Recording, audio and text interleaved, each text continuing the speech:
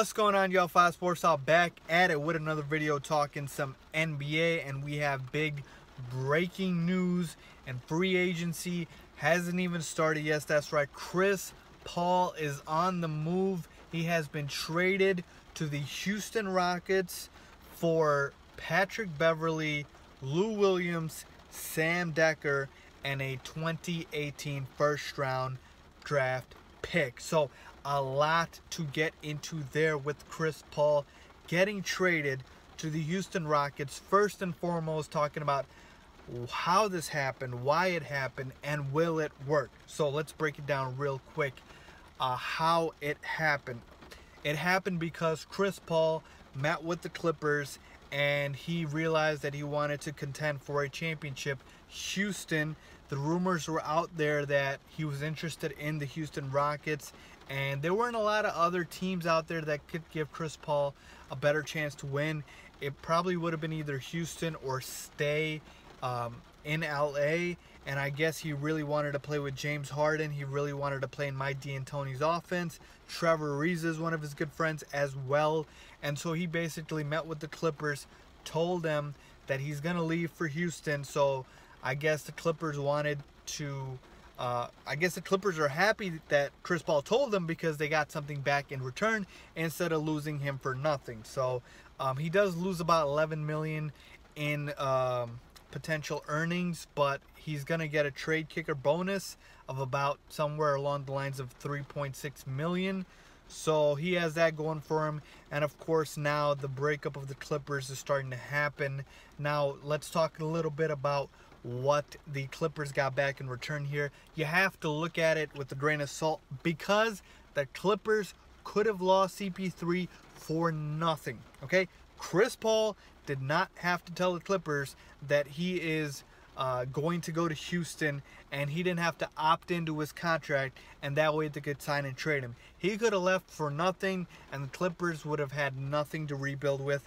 Now at least they get something. They get Sam Dekker. I like him a lot. He can be a good potential building block piece for this Clippers team. You get a first round pick. I know it's not going to be a high draft pick, but a first round pick is valuable. And then you got Patrick Beverley. He's a good defensive guard. Lou Williams, good six-man off the bench. You could trade these guys later on if you go into full rebuild mode, or you could get creative. So a lot of people are going to say it's a bad return for Chris Paul, but when you trade stars, you never usually get enough in return. And in this instance, this is a lot better than nothing. Okay, so that's the Clipper side of things. Now we talk about the Rockets, and will this work? So a lot of people have been reading on Twitter are saying that these two guys will not work because they're so ball dominant. It makes sense. James Harden played point guard last year. Chris Paul is one of the most ball dominant point guards in the NBA. Both have the ball, you know, the majority of the times. I believe Harden was first in usage last year. Chris Paul was, he's had to be like 5 or 7, around that range. I think he was 7th. So a lot of ball domination going on here. So will it work? I am a bit more optimistic than most people, only because James Harden has been playing point guard his whole life. He has not been playing point guard his whole life. The change happened recently under Mike D'Antoni. And you know what? I don't believe it is super sustainable for James Harden, in the aspect that he had to do everything for that team. I mean, literally everything. That is why he averaged close to a triple-double. We don't expect Russell Westbrook to average a triple-double every season for the rest of his career. It's just not possible. The same way we don't expect James Harden's crazy usage to let him have the season he keeps happening, okay? Now, he probably could have done it for a couple more seasons, but after that, I'm not so sure. So I don't think it's the worst thing in the world for him to go off the ball again. And yes, I do think James Harden can play off the ball. And especially between the second and third quarter, usually when, you know, these guys go to the bench, you will have Harden get a whole quarter to himself, or CP3 get a whole quarter to themselves to be ball dominant. It's not like they have to play with each other the entire game, okay? There are going to be stretches. Well, they'll be allowed to play without each other. So I think it'll work more so than a lot of people do.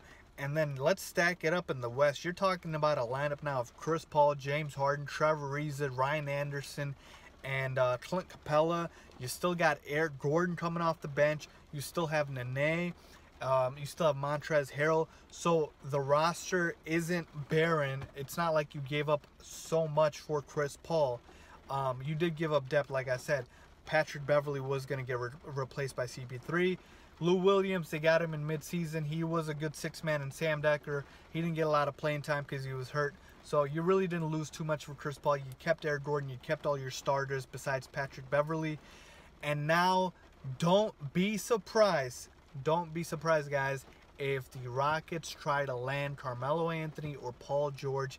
I don't think they're done. I think they're going to try and maneuver more pieces here.